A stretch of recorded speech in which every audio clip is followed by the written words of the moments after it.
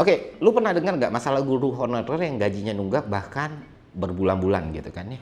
Nah, bahasan di part sebelumnya sebenarnya nyambung banget sama isu ini teman-teman. Kita udah paham bahwa yang berwenang menggaji guru honorer adalah Pemda dan satuan pendidikan itu sendiri alias sekolah. Dan dananya didapat dari apa yang disebut BOS, biaya operasional sekolah. BOS ini memang duit ditransfer dari pusat ke daerah, lalu dikelola oleh daerah dan sekolah-sekolahnya. Sekarang kita ketemu fakta ada penunggakan gaji. Nah, problemnya di mana? Ketika gue telusuri, dan kebetulan gue juga backgroundnya 10 tahun jadi PNS, dan keahlian gue di urusan pengadaan dan tersertifikasi, ya teman-teman, gue paham betul bahwa ada yang namanya pencairan dana dari pemerintah pusat yang administratifnya sebenarnya ketat sekali. Nah, dalam konteks pencairan, bos, banyak sekolah ternyata ketahuan nggak benar dalam melakukan input data di Dapodik.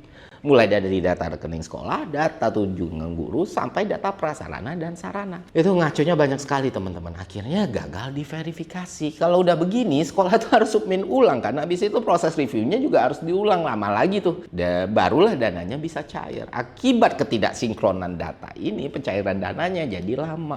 Sekolah pun nggak punya dana buat bayar gaji. Lalu korbannya siapa? Korbannya balik lagi. Guru-guru kita yang gajinya ketahan nggak turun-turun. Sebenarnya core problemnya teman-teman, karena gaji guru honorer dari bos, ketika bos terlambat, gajinya otomatis ketunggak.